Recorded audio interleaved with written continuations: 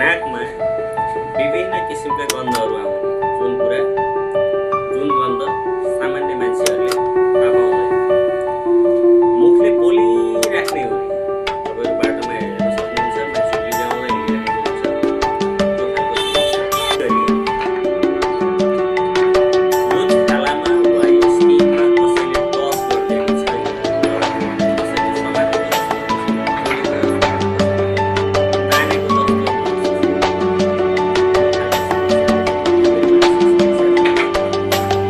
झुकिएर पनि समाजमा यो अर्थमा जाओस् कि यसको यो समस्याको समाधान